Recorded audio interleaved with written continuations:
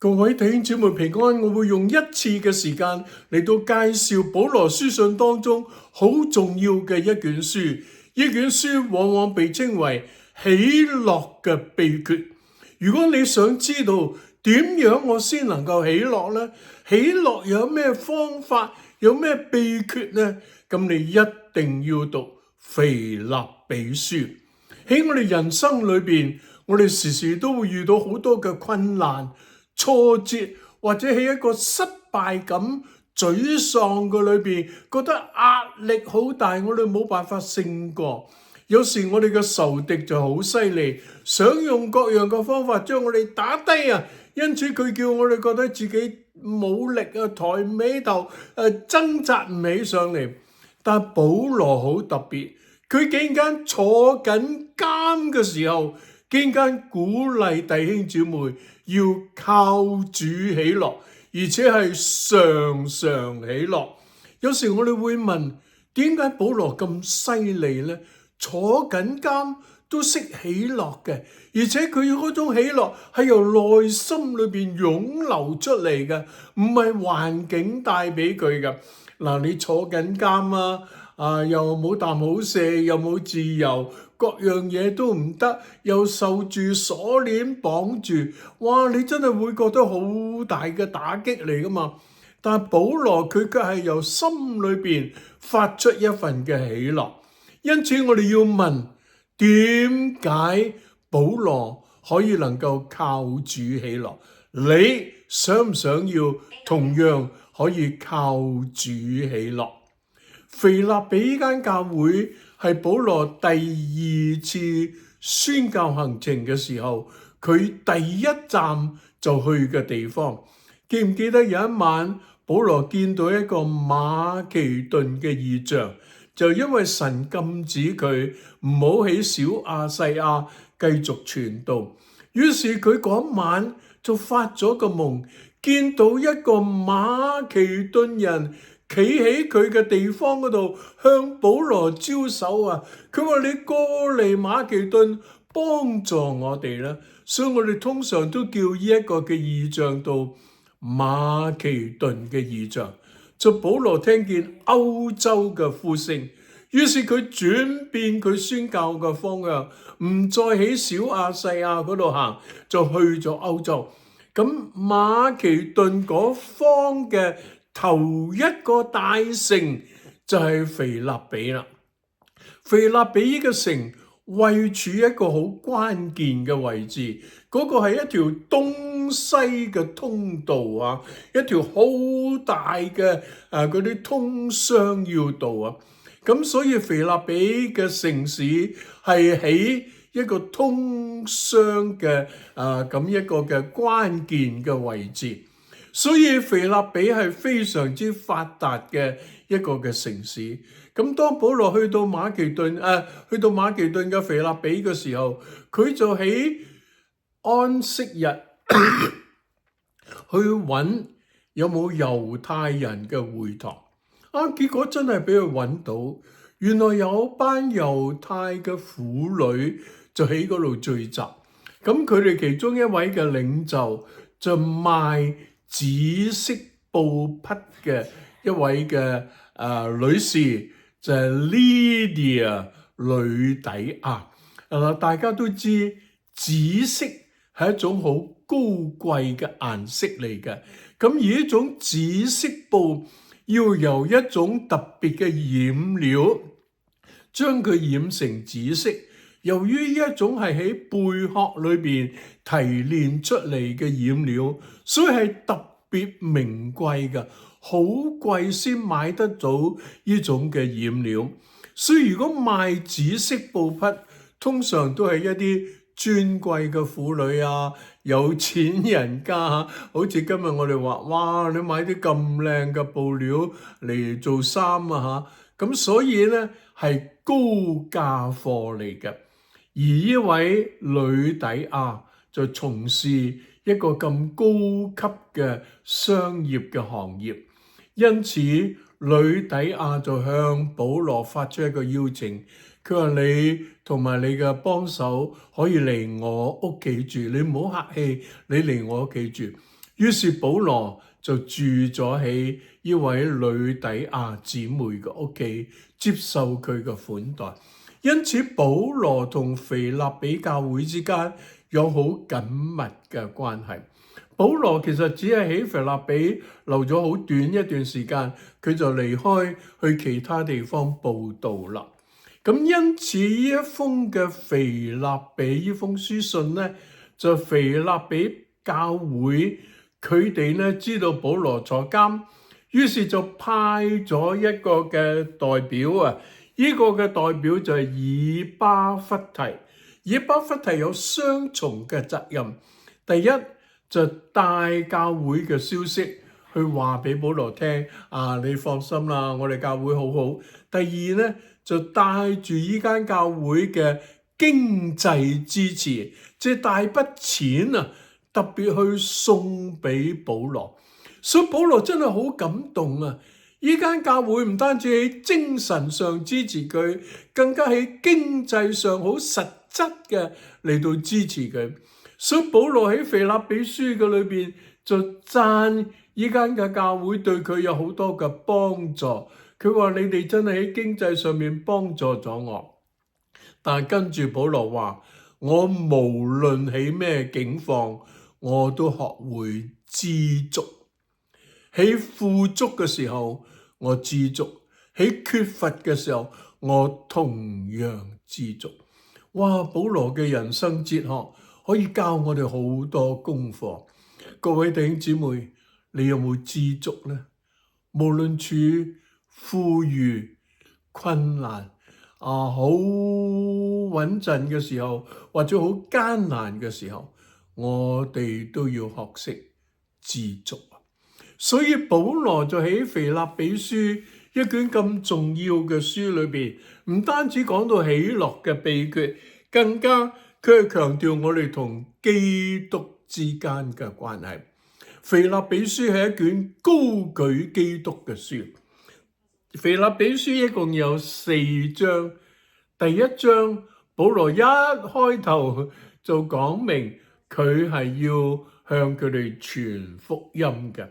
佢話有啲人傳福音係出於一啲自私嘅理由，或者係為咗自己嘅緣故所以好多咧係分黨結派我係屬咩㗎？我係屬邊個㗎？我係屬邊個？我同邊個一批人㗎？保羅話：無論你傳福音，你係為咗自己，為咗咩嘅名利或者咩點樣，無論如何，究竟基督被傳開啦，因此我就要歡喜。冇錯，有啲人喺傳道工作裏邊有少少嘅私心喺度，或者佢係為咗自己個人嘅利益嘅緣故，為咗個人嘅名嘅緣故。但無論如何，保羅話到底基督就被傳開啦。然後保羅又講到佢對死嘅睇法，所以有好多人估呢卷嘅腓立比書係保羅比較晚年先作嘅。喺第一章19、20節開始，保羅就講到點樣面對死亡。佢話或生或死，總叫基督在我身上照常顯大。我死咗係有益處嘅，因為我死咗係好得無比啊！因為我與基督一齊。哇！保羅佢唔怕死嘅，佢對死亡有一個好清晰嘅睇法。佢知道佢行完呢條世上嘅路，佢去邊啊？嗱，各位弟兄姊妹，呢個就係我哋嘅把握，呢個就係信仰帶俾我哋嗰份嘅盼望，好堅定嘅盼望。我哋知道我哋將來去邊。嗱，有幾樣嘢我哋係冇辦法知嘅。你幾時嚟到呢個世界？你爸爸媽媽幾時生你？你幾時出世？你唔知㗎嚇。同樣我哋走，我哋離開呢個世界又係唔知㗎。有啲人話：哎呀，乜咁冇人情㗎？應該話俾我知嘛。我幾時就走？嗱，我老實講，如果我話俾你聽，下個月你就走啦，哇！你呢個月唔使瞓覺啦，囉囉攣啦，哎呀我就走啦，哎呀我仲有好多嘢未做，哎呀弊啦，我唔知我啲太太啲仔女點樣啦，哎呀我又走啦，唔好走啦，我走啦。所以其實神好大嘅恩典，佢冇話俾我哋聽，我哋幾時嚟到呢個世界，同樣佢都冇話俾我哋聽，你幾時會離開呢個世界，完全喺神嘅掌握裏邊。